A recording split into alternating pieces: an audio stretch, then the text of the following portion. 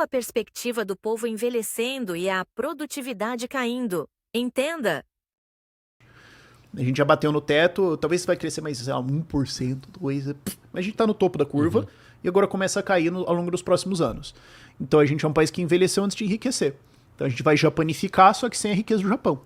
Exato, é o que tinha que ter sido feito. Foi na época do boom das commodities, que realmente dava pra ter empurrado mesmo. É que a gente não teve um boom de commodities só, a gente teve um boom demográfico.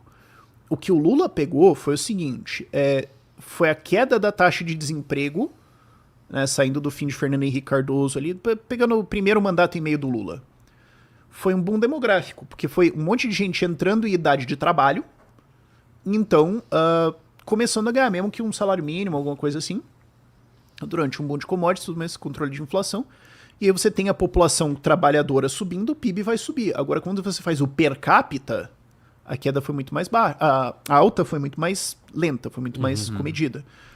E a maior parte do nosso crescimento de PIB dos últimos 20 anos não foi de produtividade, foi demográfico. Foi o número de pessoas trabalhando subindo. Não a produtividade de cada indivíduo subindo. Foi muito pouco isso aqui. E agora a gente está num estágio em que só vai ser ganho de produtividade, basicamente. E, conforme a população de trabalho cai, você tem que ter um X ganho de produtividade para empatar. Se você... Porque, né, quando você tem gente saindo, o resto tem que trabalhar. Tem que produzir mais para certo? conseguir. Então, se você crescer produtividade abaixo disso, você encolhe. Então, a gente vai ter que suar para ter um ganho de produtividade que a gente historicamente não teve. Quando você exclui o crescimento do agro de produtividade do Brasil, o crescimento de produtividade de indústria e serviços é praticamente nulo nos últimos 20, 30 anos. Pensa o quão dementado é isso. Realmente. Tipo, a gente tem iPhones na mão das pessoas agora, a gente tem smartphones na mão das pessoas agora, onde elas conseguem acessar todo o conhecimento que já existiu, e a produtividade nossa não mudou em relação aos anos 2000. O quão surreal é isso, sabe? Por quê? Porque o Estado tá engolindo. Tudo que foi ganho extra, o Estado engoliu em aumento de impostos, inflação, o que for. E também improdutividade criada por legislação, né? Que legislação vai tornando as coisas mais difíceis. Então, assim, a gente tem que ter esse ganho e para fazer isso você tem que atrair investimento, você tem que ser um país altamente competitivo. E o que já seria difícil antes, agora vai ser mais difícil, porque agora o cara vai falar, cara, por que eu vou investir no Brasil aí que vocês estão fazendo reforma e tudo mais quando tem o Javier Milei do outro lado aí? Tipo, o que eu ganho, cara?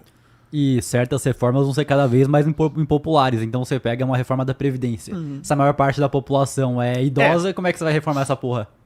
Eventualmente fica mais difícil. Então você tem que fazer logo. Né? É duro, mas quanto mais tarde você fizer, pior ainda, né?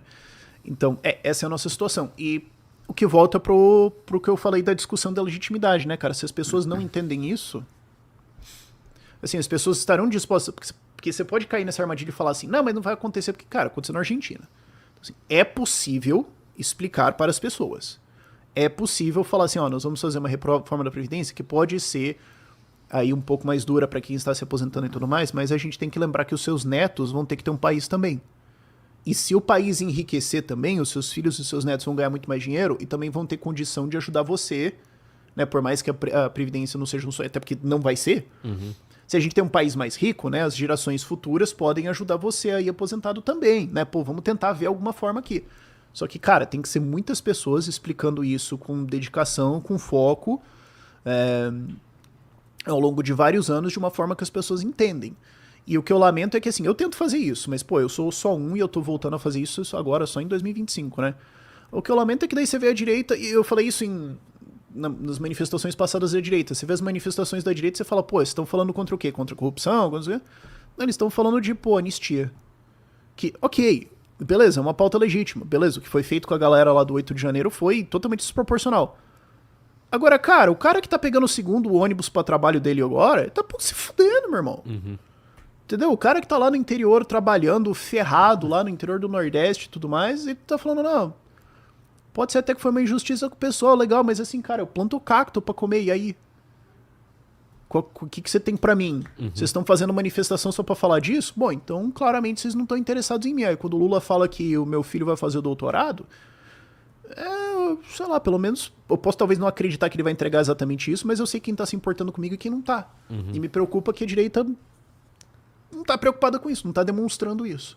Exato, não quer realmente fazer a população lutar por uma causa, né? E aí parece elitista. Aí quando a esquerda vem e fala, vocês são um bando de elitista, encaixa. Fazer o quê? E o rombo do INSS, que tava em pauta e até que bastante durante uma semana e depois sumiu. O que você vê sobre? É que toda manchete uma hora cansa, né, bicho?